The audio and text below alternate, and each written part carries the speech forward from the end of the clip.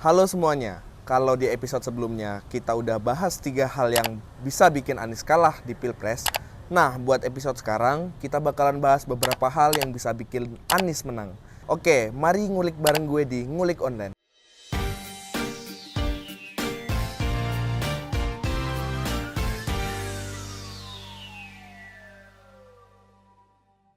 Oh iya, sebelum masuk ke poin pertama, gue mau ngasih disclaimer dulu nih. Gue dan tim Ngulik Online gak terafiliasi kok dengan kepentingan politik apapun dan partai politik apapun. Tenang, kita juga bukan buzzer kok. Kita bakalan terus nyoba buat independen dan netral. Kalem dulu, kalem. Ntar bakalan kebagian jatah roasting kok satu-satu. Yang pertama, Anies adalah antitesis dari Jokowi. Nah, di tengah menurunnya indeks kepuasan publik terhadap Jokowi, Anies malah dapat nilai sebaliknya nih teman-teman. Menurut salah satu survei, kepuasan publik terhadap kinerja Anies sebagai gubernur di DKI mencapai 80,9% loh. Data ini sih berbanding terbalik ya, dengan tingkat kepuasan publik terhadap Jokowi yang hanya mendapatkan nilai 62,1%. Wah, timpang banget ya teman-teman.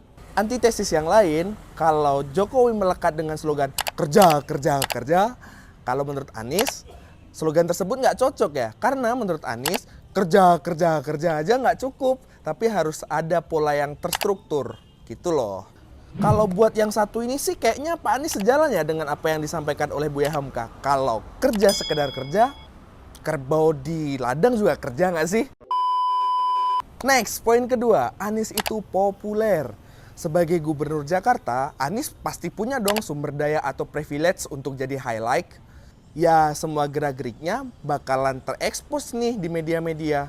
Begitu juga dengan prestasi-prestasinya. Bahkan di tahun 2021 kemarin, menurut Indonesian Indicator, Anies tercatat sebagai gubernur yang paling sering diberitakan. Nah, dengan status sebagai gubernur paling populer di Indonesia, bentar. Pak Ridwan Kamil populer juga, Ganjar Pranowo populer juga.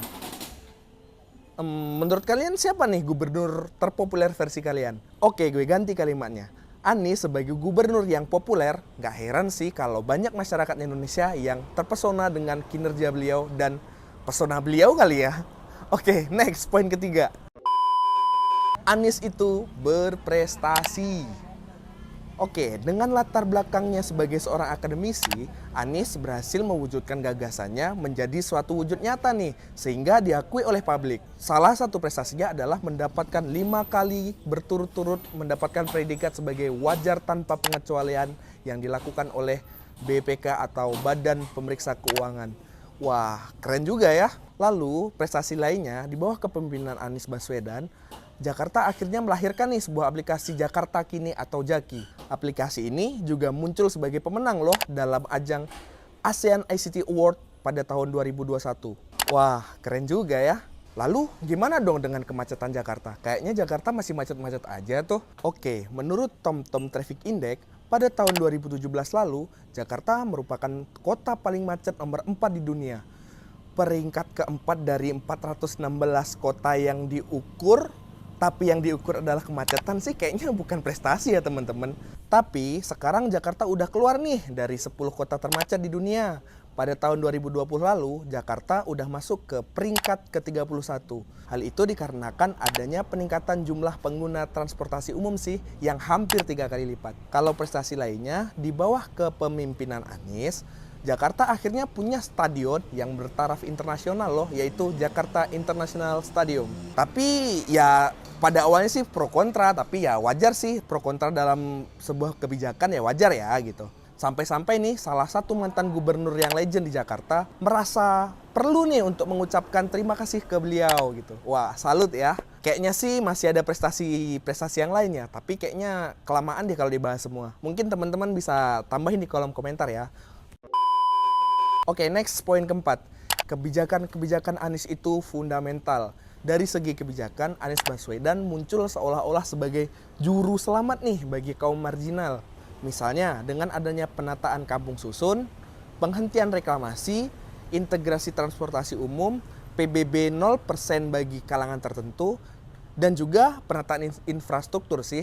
Walaupun kebijakan yang Anies buat melibatkan sudut pandang makro, tapi kebanyakan sih menyentuh kepentingan publik ya.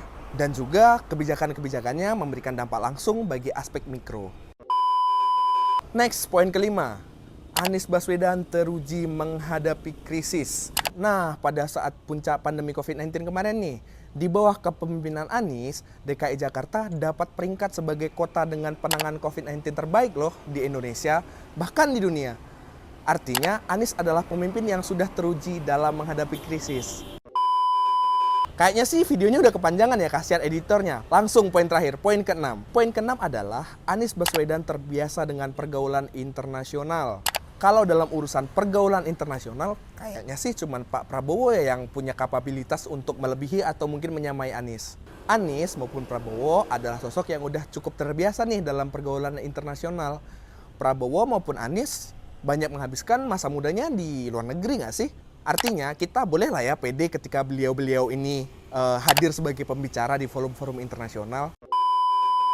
Oke, kayaknya itu aja sih. Kalau teman-teman mau revisi kali gue ada salah, mau nanya-nanya, ataupun mau menambahin poin-poin yang nggak ada di video, silahkan tulis di kolom komentar di bawah ya. Jangan lupa buat like kalau kalian suka, dislike kalau kalian nggak suka. Oh iya, jangan lupa ya buat subscribe dan nyalain loncengnya. Thank you buat yang udah nonton, gue pamit, sampai jumpa di Ngulik Online episode selanjutnya. Peace out.